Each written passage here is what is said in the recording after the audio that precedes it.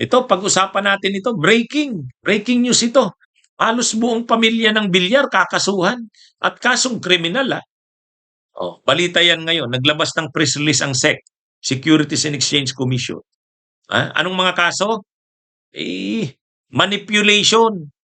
Manipulation ng mga nila, mga stocks, mga shares. Pangalawa, insiders trading. Bawal 'yun. Kasong kriminal talaga 'yun. ha? Manipulation, insiders trading, iba pa na mga kasong kriminal. Sino mga kakasuhan? Lahat.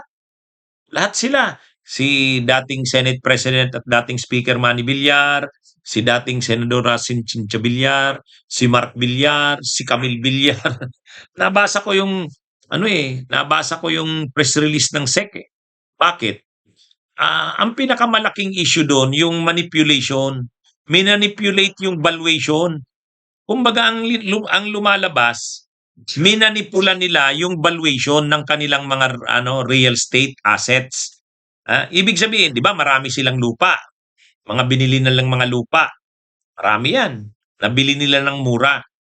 Ngayon, aside sa binibenta nila ng mahal 'yan, para mabenta nila ng mahal, pinapalabas nila yung value ng mga lupa na yun napakataas. Kaya lang, yung pala, manipulated yung halaga ng lupa. Overvaluation. Kaya pala sila nalagay sa pinakamayaman dahil, halimbawa, yung value talaga ng lupa ay ganito lang, 1 billion lang, linagay, ang lumabas, naging 1 trillion. O, di manipulation, overvaluation. Bawal yun. Kasi linuluko mo ang publiko dyan. Bibilhin ng publiko na napakamahal ng lupa dahil ang akala napakamahal talaga ng valuation. Hindi naman pala. Minanipulate lang pala. Sabwatan. Malamang may mga kasabwat din yan sa gobyerno.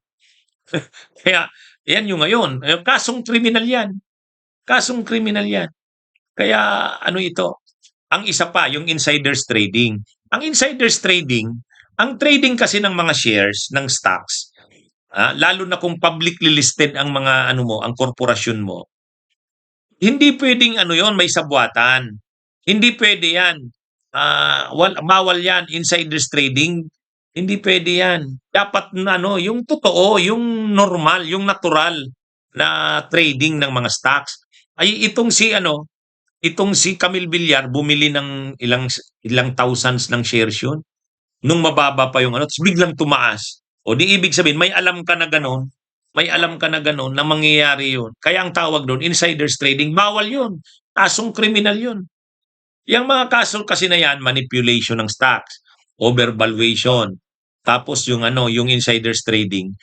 Kasong kriminal yan sa corporation code.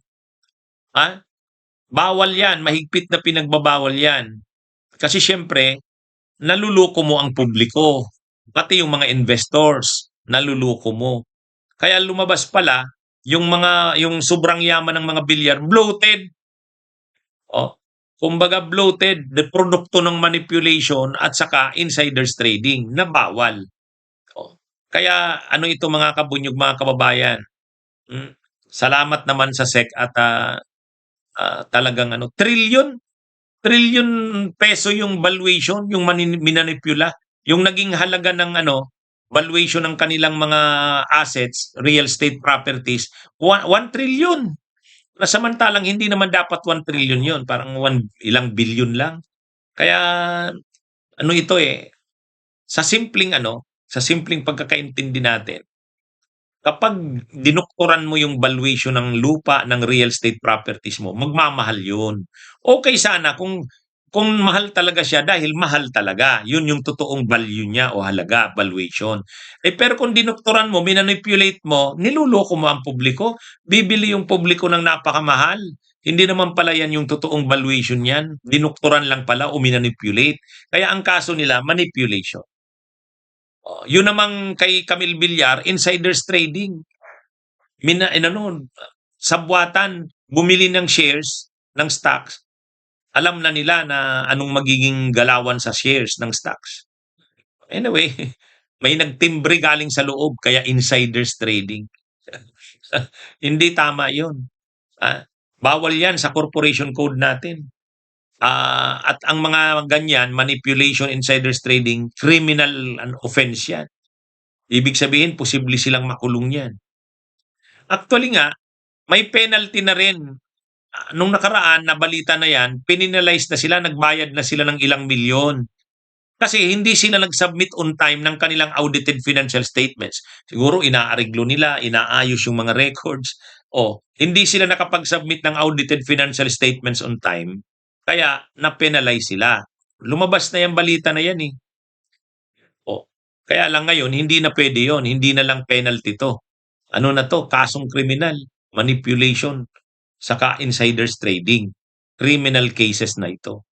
Oh, anyway, nakakakuha naman sila ng malalakas na abogado, may pera naman sila. Kaya lang, nakikita nyo na ngayon, kaya pala sobrang yumaman 'tong mga bilyar, ano? Eh, ah, at lahat sila kinasuhan, ha? Isa lang yatang anak ang hindi, yung Paulo. Pero si Manny Villar, Cynthia Villar, Mark Villar, Camille Villar, yung lahat sila. Ubos yung pamilya Villar. Kaya yung sinasabi ng Villar ST, ano ba 'yon? Sipag at tiyaga. Hindi totoo 'yun. Hindi sipag at tiyaga 'to. Pinapakita dito sa mga kasong ito, hindi sipag at tiyaga, eh. Gulang, panggugulang ito. Manipulasyon, insiders trading, panggugulang 'to sa publiko. Kaya tama lang 'yon. Saludo tayo sa SEC. Pinoprotektahan dito ang publiko.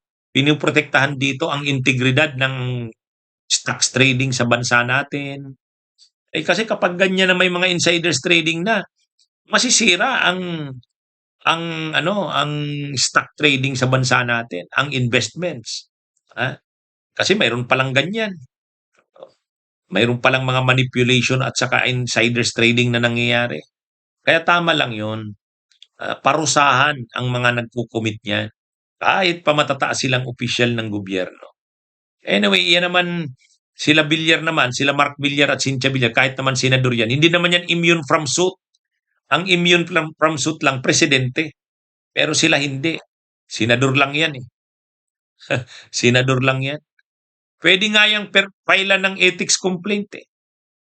Kung ganyan na matibay ang mga ebidensya doon sa sa SEC. Pwede yan. Anyway, abangan natin ang mangyayari dyan, mga kabunyog, mga kababayan. Pero saludo tayo sa SEC sa ginawa nilang yan. Bunyog, bunyog, halikan na kasama ka. Bunyog, kapag buklod ay may pag-asa. Luzon, Visayas, Mindanao, isa ang pananaw. Sa bagong Pilipinas ang bunyog isisigaw. Bunyog.